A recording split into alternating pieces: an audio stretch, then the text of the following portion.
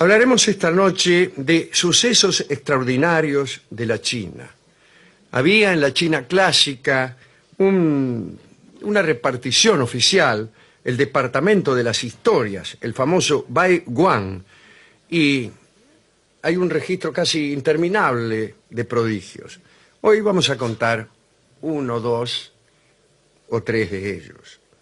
El primero es este. En tiempos de la dinastía Qing, que va desde el 221 al 207 a.C., creo que es la dinastía de Shi Huangdi, justamente aquel que mandó edificar la muralla china. En ese tiempo existió en el sur del imperio un pueblo que tenía unos habitantes dueños de la siguiente virtud. Sus cabezas podían desprenderse y volar. Fuera de aquel pueblo se dio el caso de un general llamado Su, que tenía una criada que en cuanto caía dormida por la noche, su cabeza echaba a volar. Ya fuera por la ventana o por cualquier sitio que atravesara, la cabeza de la criada salía de la casa utilizando las orejas a modo de alas y regresaba justo antes del amanecer. Esta criada había llegado hasta la casa del general Zhu desde la región sureña precitada. Una noche, el general Zhu vio pasar por el cielo a la cabeza de su criada. ¿Cuál no sería la sorpresa? Bueno, la sorpresa de cualquiera que ve pasar por el cielo la cabeza de su criada. El general Zhu sospechó que algo anormal había en aquello. Y entró una noche en el aposento de la dama y lo que vio en el lecho fue un cuerpo sin cabeza, ligeramente frío y que mantenía una levísima respiración. El general Zhu lo envolvió en una manta al cuerpo y esperó.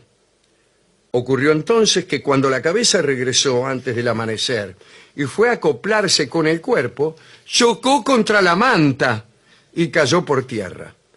El general Zhu la vio rodar lanzando insultos. El general corrió la manta, la cabeza se elevó del suelo y fue a posarse sobre su cuello. Enseguida, el cuerpo entero de la criada se incorporó. Tan anormal le pareció al general Zhu todo lo que había visto, que despidió a la criada. Le dijo que no era conveniente para el orden de su casa que se produjeran esas decapitaciones cada noche. Tiempo después, el general Zhu vino a enterarse por sus subordinados que cuando eran destinados a las provincias del sur, no era extraño que se topasen con personas de esa especie, personas a las que veían perder la cabeza por las noches. Cuenta el Departamento de Historias que se formaban constelaciones de rostros y mantenían divertidas conversaciones en las alturas. Me encantó esta primera historia. Otra historia. Sucedió en tiempos de la segunda dinastía Han. Un muchacho llamado Jia Yu dijo que conocía la región de los muertos. Y dijo también que había presenciado una discusión entre los funcionarios del mundo de los muertos. Jia Yu, que era joven y fuerte, un día se murió. Muy bien, nadie supo de qué. Tras expirar, llegó a buscarlo un heraldo de la región de los muertos, y este heraldo condujo su alma hasta donde estaba Siming. Siming, como ustedes saben, es en China el señor de las vidas.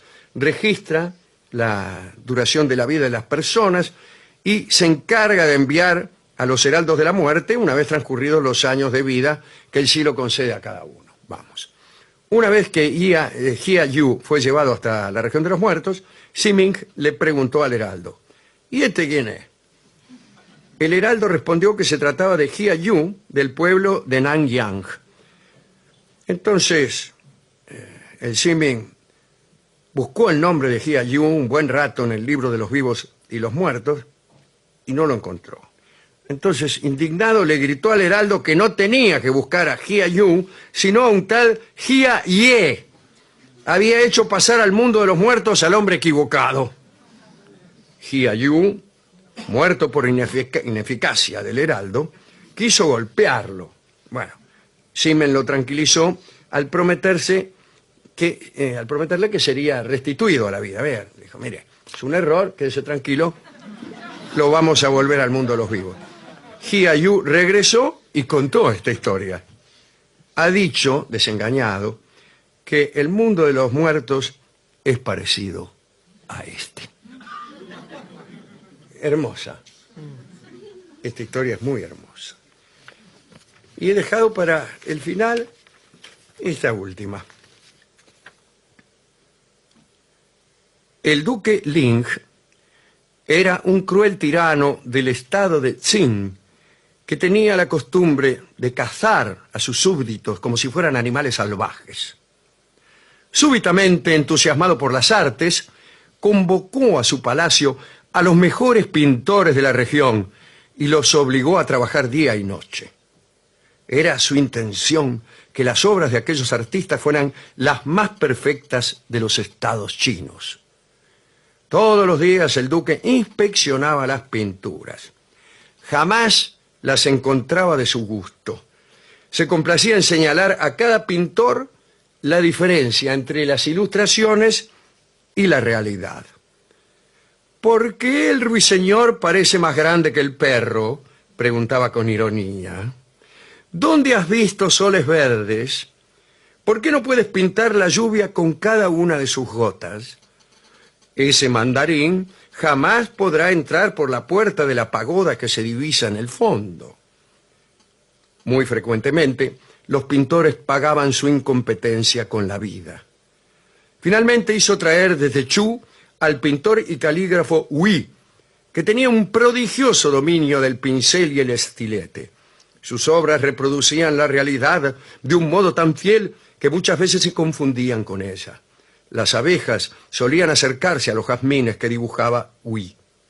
También realizaba estupendos trabajos de escultura y orfebrería.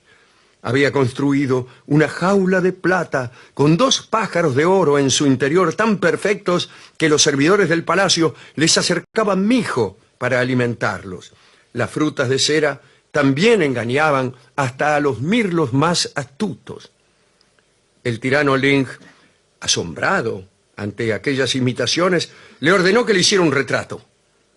Hui, apartándose de las reglas tradicionales de la etiqueta y el dibujo, que recomendaban disimular las asimetrías del modelo, terminó la obra con la mayor exactitud.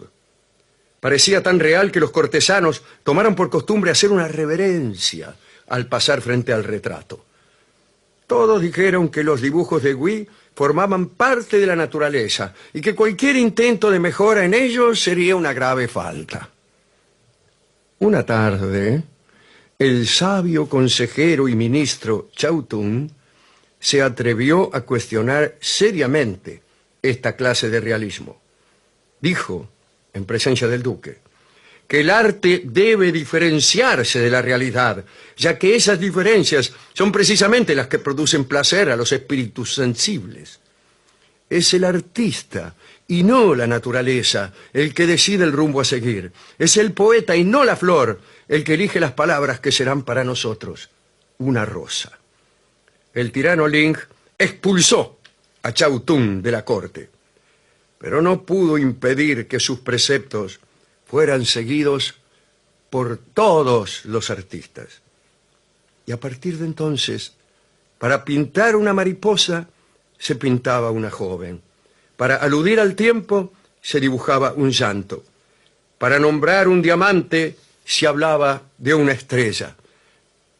Los historiadores del estado de Qin comprendieron aquellas lecciones, y cuando el tirano fue estrangulado por un pariente, escribieron que el arquero celeste había clavado una flecha en el retrato de Ling y que éste había muerto al instante.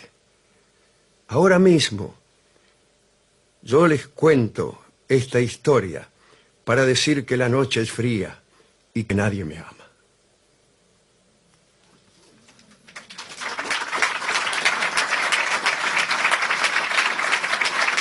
Son historias que hemos traído de una institución que es el Baiwán, el Departamento de las Historias de la China medieval.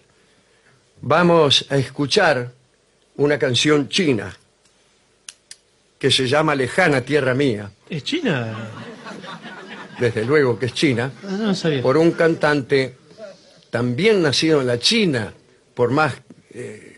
bueno, antes se creía que era francés o argentino, pero los orientales han hecho lo suyo.